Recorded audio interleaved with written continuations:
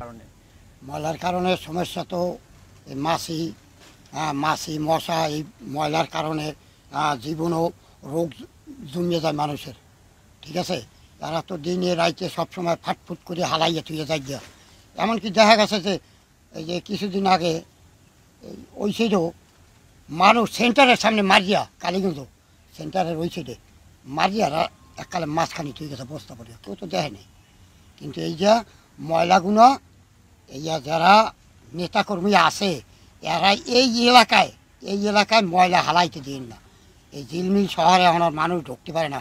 হাজার হাজার মানুষজন আসে, আইয়া বয়, একটু হাওয়া বাতাস খায়, কেউ বল খেলায়, কেউ বাচ্চা কাচ্চা নিয়ে মন্দিরে আসে। হ্যাঁ, এরা কোনো কোনে যে কী করে না করে এই আমরা অন্তরিক করতে পারি না। হ্যাঁ, চা পানি খাইয়া এরপর ধরে আমি ঢুকতে পারবেন না, ঝিলমিল বইমুখে হালাই দেওয়া লাগবে। বান্ডেল থাকলে প্রতি সেনমানিতে টাকা বাঁচবে। বিকাশ সেনমানি বান্ডেল কিনে জিতুন প্রতি লেনদেনে। এই যে ময়লার কারণে মানুষ খেলতে খেলতে পারে না, খেলাধুলা বন্ধ হয়ে গেছে গা, মানুষ বমি করে দেয় ময়লার কারণে, মাছি মুছি থাকে, কুত্তা মরা মুরা সবাই না এখানে ফালায়, গাড়ি গুড়ি ঢুকতে পারে না, নাস্তা পানি খাইতে পারে না। এই ময়লার কারণে ময়লাটা যেমন তাড়াতাড়ি অন্যদিকে ফালানোর চেষ্টা করে, নাহলে মানুষ তো অর্ধেক ময়লার কারণে মরে যাব। হ্যাঁ, এটা সরকারের একটা আবশ্যন, এটা তোমার সরকারের যুক্তি নেওয়াটা দরকার।